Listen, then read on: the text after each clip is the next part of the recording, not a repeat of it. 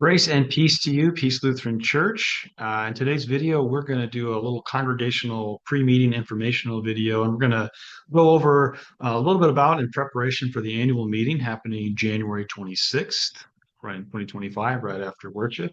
And in our congregational meeting, we do some basic things like elect leaders for the church, approve a budget so that our ministry is resourced, and look a little bit back about what happened in 2024 and then into 2025 where we're headed.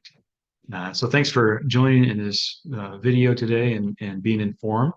I wanted to take a step back because a lot has happened in the last few years that has shaped who we are, and just to remember some of those things.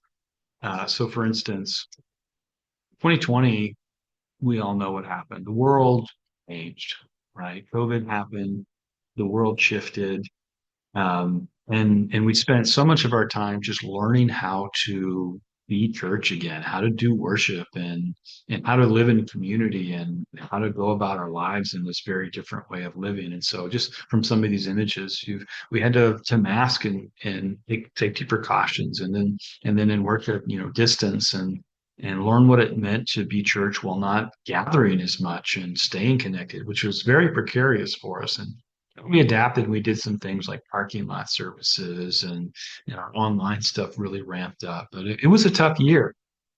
Um, and then the next year, just when things started getting kind of somewhat back to normal and gathering, we know what happened. The Texas winter freeze came and our fire suppression system burst and flooded the entire building. And so another year, another 8 months of being separated and trying to be church sort of in this scattered capacity. And it was difficult, right? But we rallied together and I think that when you've gone through trauma and struggle and difficulty, that you emerge from the other side, a closer knit community. And I saw a lot of that happening, but it was hard, and that was just trying to kind of tread water and stay afloat during that time.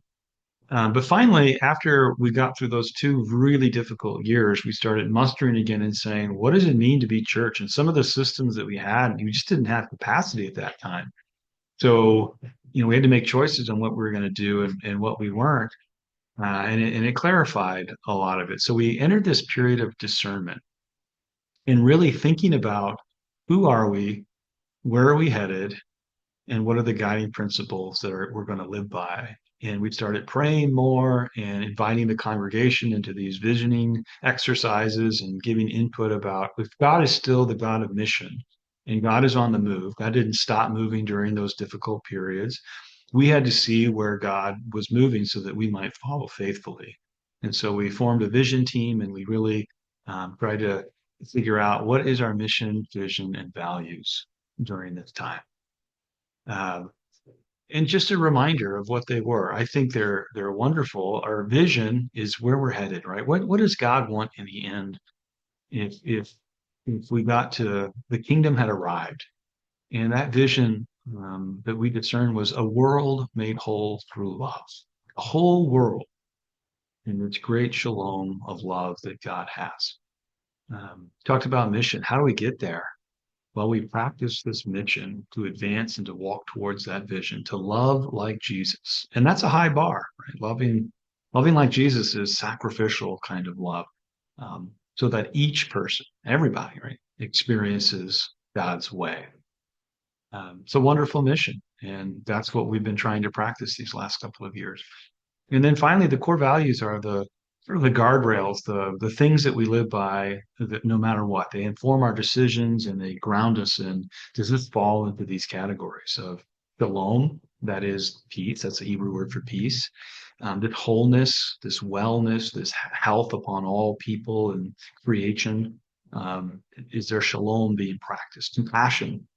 Um, I'm reminded of Moses' encounter with God for the first time in the desert, and God introduces, says, I am who I am. And then he says, I am a compassionate God. Interesting that God's first characteristic is compassion, right? One who walks with us. And of course, we experience that in Jesus, that God is with us in our humanity and our ups and downs. And then a core value of service that, I've always been proud of this congregation that one thing that we definitely hit the mark. I think that we do well is we serve, we care about other people, and people are willing to raise their hand and say we want to use our gifts for others. And so serving your neighbor and lots of examples we'll get into it. And then grace, which sort of undergirds everything. Grace is just this unconditional love that stems from God, undeserved, right? We didn't deserve it. We don't know why God keeps relentlessly pursuing us, even a messed up world. But God is a gracious God who loves us unconditionally and will continue to fight for us. And that's the quality that we take on and in all of who we are. So in 2024, finally, after we discovered sort of who we were, discerned that, we started putting down, well, what does that look like? What are some initiatives to really move that forward? And we came up with four major priority areas you can see here: stewardship, loving our neighbors, ministry, the kind of the processes, the internal ways in which we go about this, and then discipleship. And I want to look at each one of those priorities for 2024 a little bit closer so that you'll have an idea of what we've been up to and how you might join in if you haven't been as plugged in. Stewardship is just a wonderful expression of everything that we have belongs to God. And yet we have this gracious God who gives us all of who he is, doesn't hold anything back. And so being a good steward and learning and living into that is first the recognition that all I have is not my own. It is a gift. How can I live graciously for this? And we really identified two major priority areas for this. One was we know that COVID and that those times, capacity really hurt us for a while. We didn't have as many people and resources, and we saw our reserves, going in the red for several years, and wondering, man, are we going to make it through this crisis and trial? But we did, and so our financial goal was to continue to get healthier financially and to begin to build up those reserves again that really we had to dip into during those rough years. I'll let James Houston, our finance chair, talk a little bit more about that in his presentation, but we are definitely on the right track, and I'm grateful for the generosity of this congregation. And then the second thing, which we can forget when it comes to stewardship, is we have many gifts, even beyond our money and our finances. It's the gifts that we share: the gift of music, the gift of friendship, the gift of service, the gift of knowledge and wisdom. And so we had this exploratory our team exploring our gifts and talents, our spiritual gifts team. They came together and they made this survey and tried to get it out to the congregation, particularly during our stewardship campaign. And if you haven't taken it, I really encourage you. It's on a personal level. It helps you identify who you are and what your gifts are, and everything is spiritual. It's not just like here's church stuff over here. It all belongs to God, right? And once you're more aware of that, then can begin to think about, how do I align my gifts for the sake of the kingdom of God? And so we've made some strides in that area about identifying and moving people to share their gifts. And I'm grateful for that team that emerged this year. The next priority area is loving our neighbors. This is the great commandment: love God and love your neighbor. That's what Jesus says, the two major things. And we identified three sort of objectives in this. One is living a life of service to others. And as I mentioned, that's a core value of who we are. Um, I put some pictures up here that helps exhibit some of the ways that we've done it. Our pink pantry, I can't tell you, that gets used so much on a week in and week out basis that we are meeting a need for sojourners in this world who are struggling. I got a picture there, and I get to kind of be the ambassador and be honored to be invited to things. And that's the groundbreaking of the Comal Crisis Center. I got to participate and give the invocation at that as it grows and build those partnerships in the city. Quite an honor. But there's so many other things. It's not in these pictures, but Family Promise and the food bank and the drives that we do and the mission spotlights that we share. Service is just a deeply embedded part of who we are. We also want to build relationships with people not connected to faith communities. We are recognizing a growing trend in the world, or certainly in our North American culture, of people opting out of church. And And we want to build those relationships and understand why or where the church hasn't met needs. And we don't do it by being in a vacuum and staying isolated. Rather, we meet our neighbors and we say, tell me where your spirituality. We're surprised when we find out people are more spiritual than we give them credit for. But part of that lies the responsibility of the church to make those connections and share in that common life together. Which leads me to the third portion, and that is connecting to the larger city. Got that picture of New Braunfels here from an aerial view, but we've been called to a certain time and place, and this is our mission field in particular. And so I'm very excited about particularly the work that Kathy Anderson has been doing, building some partnerships with the Salvation Army, and extending that feeding program to the First Footing Homeless Shelter. There's a faithful crew that's been doing that, and I think there's more in the works to come in 2025. Ministry processes, again, the internal ways in um, which we share in this mission. And the strategy we're trying to employ with this is to be a good news church. And I say that, that's what the word gospel means. Uh, there's a lot of news out in our world. Um, and it's a lot of bad news or a lot of sort of white noise, useless news where it just gets filtered out because there's so much going on. But the church has been a gospel people. It's been a good news people. And so we want to reclaim that and double down and help people articulate that in a deeper way. And we have three priorities here. One is to provide transformative and inspiring worship.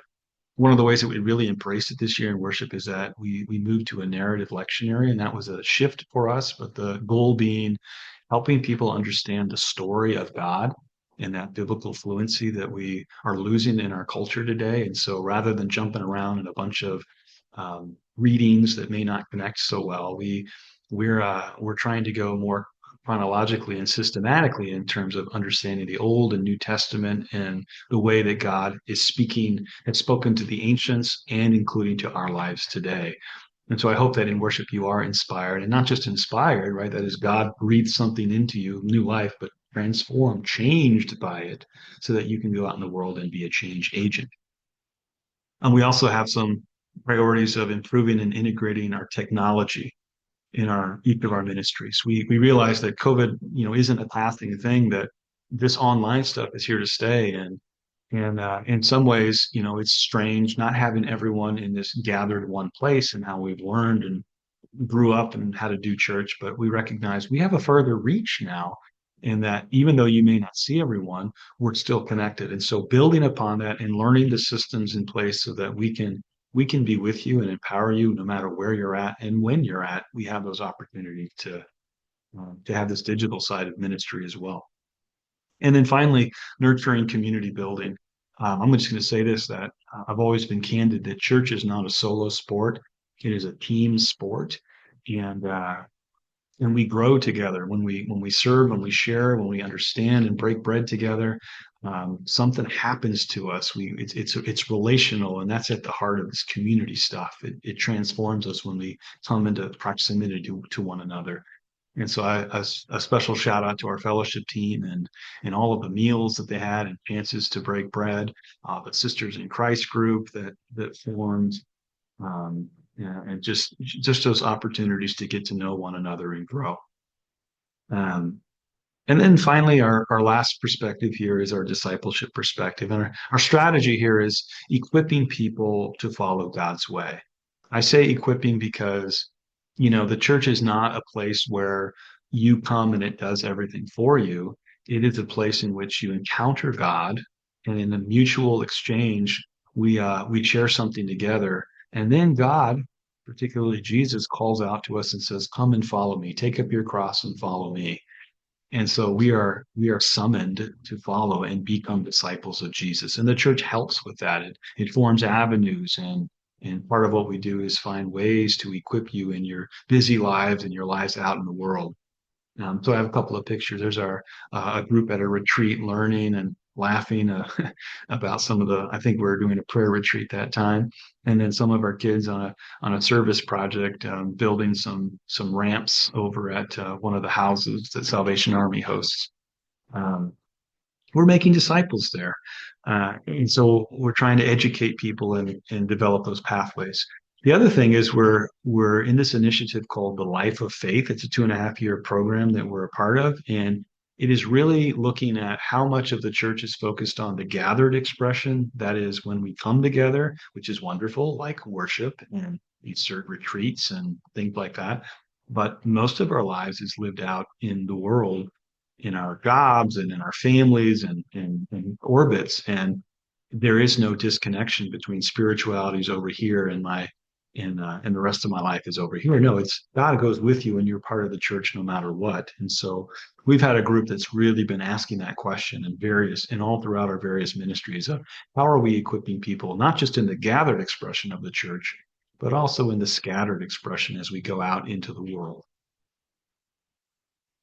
We had some staff changes, and you'll see our 2023 staff, Valerie and Elizabeth and Jeannie and Deacon Andrew. Donna Brownie's didn't make that picture. She's the one constant right here, but it's going to look very different than our 2024 staff.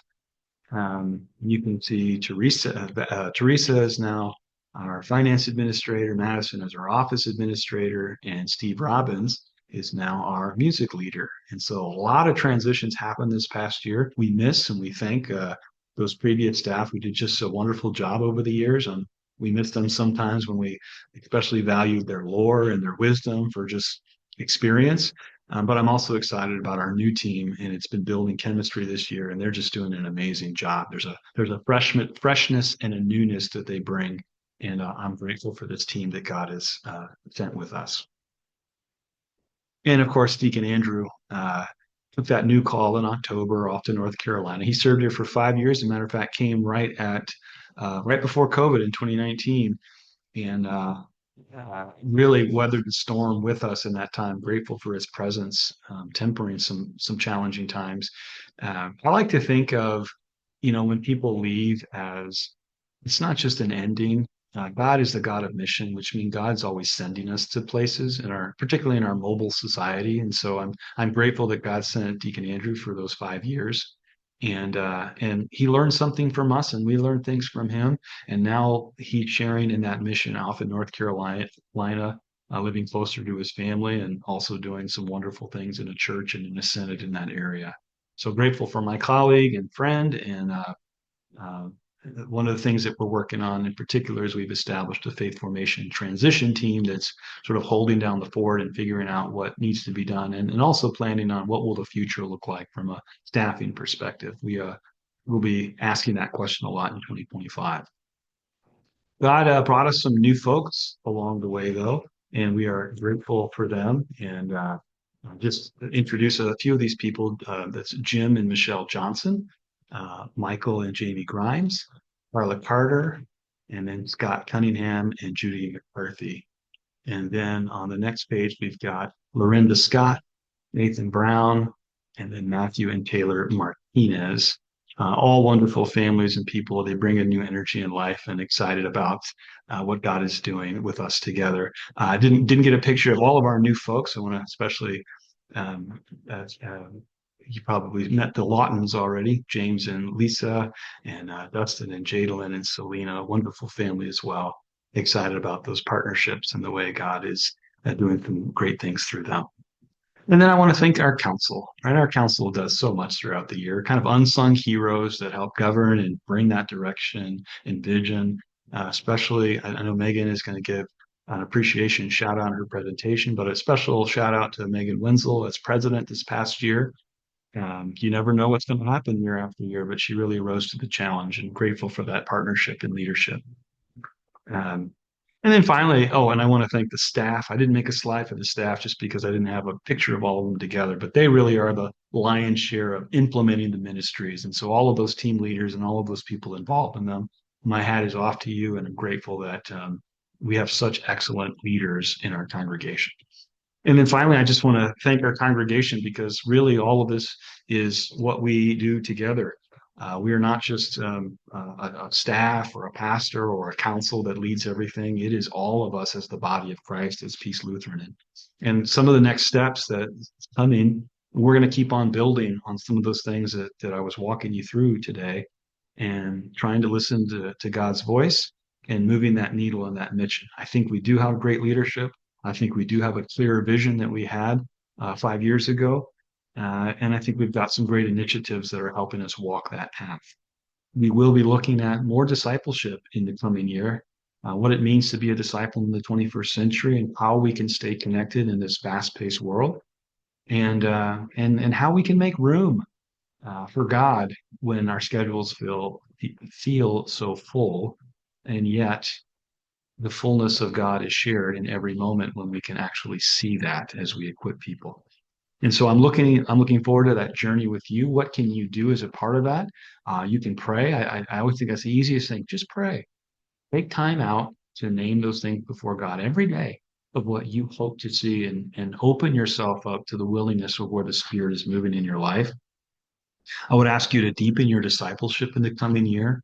What thing might you add to your life to grow closer to God, whether that be service or prayer or Bible study or some way that you're going to position yourself to grow as God's holy child.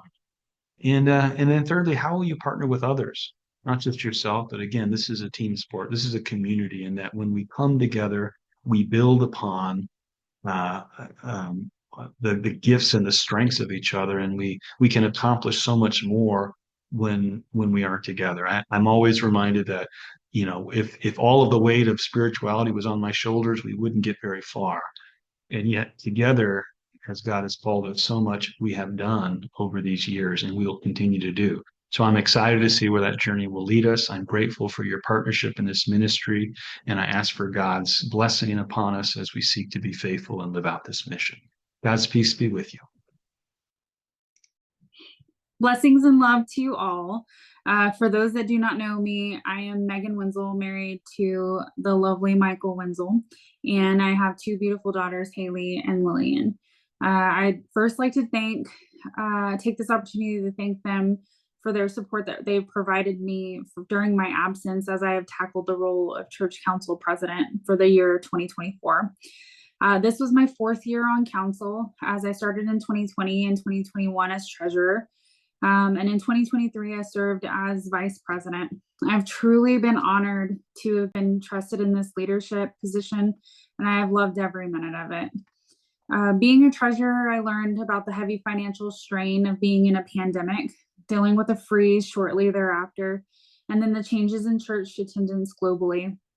Although many were struggling, I saw our congregation come together in grace-filled ways, with our gifts of love, volunteering to help in several ways. Despite the chaos, we stepped up monetarily to help with improving our space to provide more opportunities to help our growing community.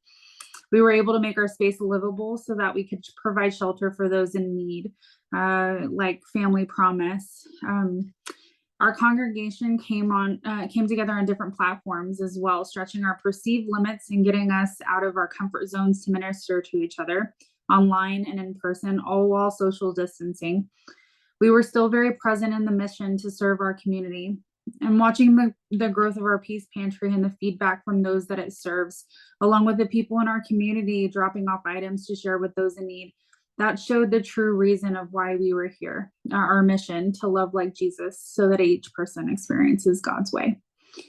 Other highlights of my time with council have been the reinstatement of our endowment fund and the blessings it has bestowed upon those that were given grants. I'd like to take that opportunity to thank Nathan Anderson for being the chair for that endowment fund. The grants that were approved this year alone were for the King's Embrace group home in Africa, allowed for a teacher to teach their school for the entire year with benefits. The New Braunfels Housing Partner First Footing to help with some housing. The Fundación Camino de Amas, which provided elementary education for impoverished youth. And then the Labyrinth grant, which I'm really excited about. And that's going to improve our local space with the Community Prayer Labyrinth and At Peace Lutheran. Thank you, Becky Vogus. Finally, I also wanted to say how much I enjoyed the retreats. I have Lily and Haley. Lillian is 12, and so it's been awesome to be able to accompany her. And at Ebert Ranch was the last one that we were at, and it was a lot of fun. It was cold, but it was fun. And it was a neat opportunity to bless and send out our high school students this past year to New Orleans to attend the ELC Youth Gathering. Thank you for the adults that went, and as also Pastor Jake for attending with those guys. It was a treat to be able to send them off to grow in that spiritual connection with God. We have learned new ways of life in this post-pandemic world, along with redefining our mission, our vision, and our values, while keeping our 3 imperatives constant: to love God, love people, and serve the world. Pastor Jake will be going through how we are working to implement these strategies that align with that.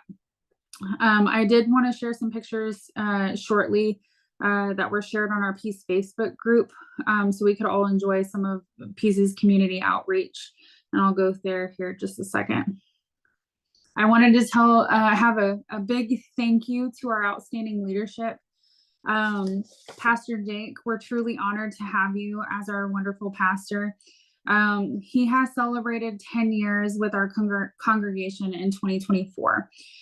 His tireless efforts and sacrifices do not go unnoticed. Thank you for being such a great example of living a life of faith. I appreciate you more than you know, and you've just been a blessing to our congregation, so thank you. Many other changes have occurred over the last year. We've experienced fear and uncertainty as we've lost staff to life changes, but have truly welcomed new additions that will shape and form our mission for years to come. One huge loss for us was the departure of Deacon Andrew as he went back to South Carolina to be closer to his family.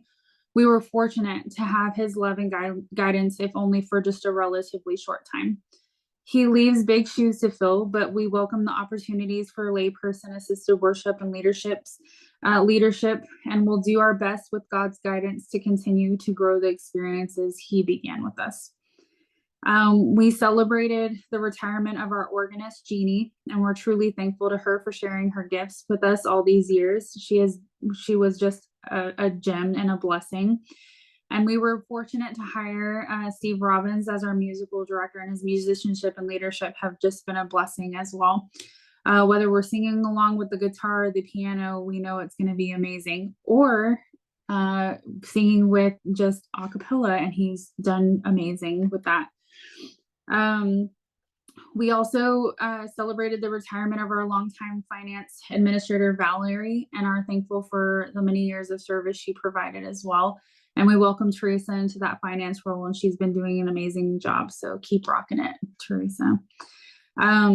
We also celebrate Madison, who is our new office staff as well. She has been great with working on the technology side, and she also brings yoga and into Peace, and so it's been nice to be able to join in on those activities. So thank you, Madison. And we also have Miss Donna Braun as our custodian, and she's great. Thank you. To our Peace Council, Dan Hill, Vice President this past year, Tom Broughton, our Treasurer, and Brandy Houston, our Secretary, along with Carol Franz, Kathy Anderson, Carola Davis, and Vicki Homer. Thank you guys for your leadership. I appreciate you. We have done a lot of great things over the last year, and could not have done it without great input and guidance from all of you. So thank you. Our ministry team leaders, property, Forrest Willis, our worship, Martin Franz, finance, James Houston, technology, Brandy Houston, service, Karen Laughlin, fellowship, Becky Vogus and Jim Johnson, compassion, Terry Westerman, evangelism, Patty Castle, outreach, Kathy Anderson, Life of Faith, Brenda Martin, and Endowment Fund Chair Nathan Anderson. Thank you guys all for working with us on trying to expand our mission and our vision and our values. I'm excited to see where we go. Moving out of our council this year is myself, Carol Franz, and Vicki Homer. Our nominations for moving into the council role are Nathan Anderson, Martin Franz, and Cindy Thomas. Is leadership your gift?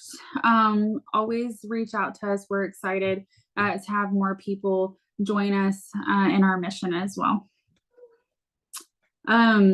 These are the pictures, some of the pictures that I wanted to share from our Shared Peace Facebook group.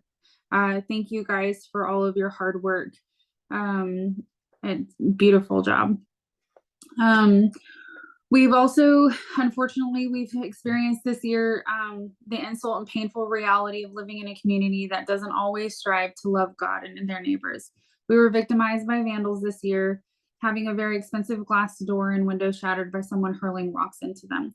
The congregation pulled itself together and paid for replacement parts, and we appreciate that. We've installed security cameras, and we hope that that helps us to keep an eye on things in the future. It's a sad day when a church realizes it must venture into the world not just to help those in need, but to protect itself from those who seek to do it harm. And as anyone who has suffered such a violation could attest, we had an opportunity to shut down some of our outreach. However, I'm proud to say that we did not shut down any outreach. We have not slowed down any of our ministries. We have continued to prosper. And with God's grace and love, we weathered that storm. We're stronger for it. I truly look forward to watching our spiritual gifts assessment and where that will lead those and being a bigger part of what makes Peace a community of believers to serve. And I hope that we continue to make new partnerships with the organizations aligned with our values to help the larger community. I thank you guys for allowing me to help lead our congregation.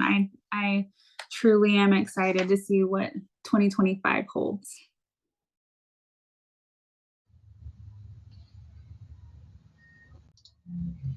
Greetings and Happy New Year, my fellow members of Peace. My name is James Houston, and I am the lead of the finance ministry team. Over the last year, Peace has followed along the path set forth by the mission, vision, and values which set the guiding principles for our budget. It's important that we invest in the things that will help carry us along the journey. Today, I will give you a brief overview of the budgeting process. Then I'll show you a traditional budget, followed by a visualization of our missional budget that better represents how we use our gifts to love God, love people, and serve the world. This is how the budget process happens. The three main steps are analysis, review, and approval and adoption. All the ministry teams were asked to look at their budgets for the last year, as well as what they spent. Last year, we needed an austere reset. This year, we were able to allow a little more leeway. The team's budgets were reviewed by the finance team and the executive committee. At that point, questions were asked and answered, and numbers were revised, some down and some up. The final budget reflects a minor decrease compared to last year's budget. This year's budget will allow us to continue much of the good work that we do while meeting our financial goals. Now's the part where you come in. You get to approve, vote, and adopt the new budget. This is a traditional way of looking at our budget. The total budget is broken down by categories, each of which represents many line items. We've budgeted for a new deacon later in the year. We will continue to save for the position as if it were going to be filled by year end. You can request to see the other details of this budget at any time. Overall, it reflects a small reduction from last year. This graph shows the whole financial story, but it is hard to look at and understand how the money aligns with our church's mission. This is the missional budget. The size of each shape shows what portion of the overall budget goes to support each of our ministries. This is exactly the same budget as shown in the previous graph, a budget of just over $390,000, but the line items have been broken apart and assigned to where they belong in the different ministries to help tell the story of how our gifts support Peace's mission and vision. This image shows how we, as a congregation, have committed to serving God and our community with a focus in the life of faith that exists and extends beyond the pews on Sunday morning. This year, we will continue to travel the path, take time to meditate in the labyrinth, carry on the vision of Peace Lutheran, continue to build a culture of generosity, and live the life of faith. Stewardship is our gift to each other and to God. I'll close with a verse from 1 Peter chapter 4, verse 10. Like good stewards of the manifold grace of God, serve one another with whatever gift each of you has received. May God bless and keep you all. Thank you for listening.